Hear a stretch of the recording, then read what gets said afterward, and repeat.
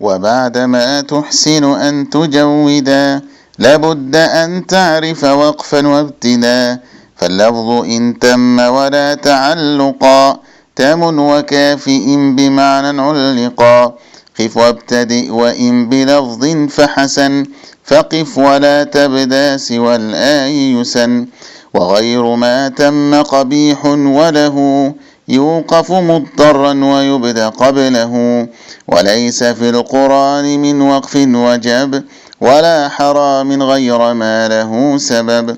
وفيهما رعاية الرسم اشترط، والقطع كالوقف وبالآي شرط.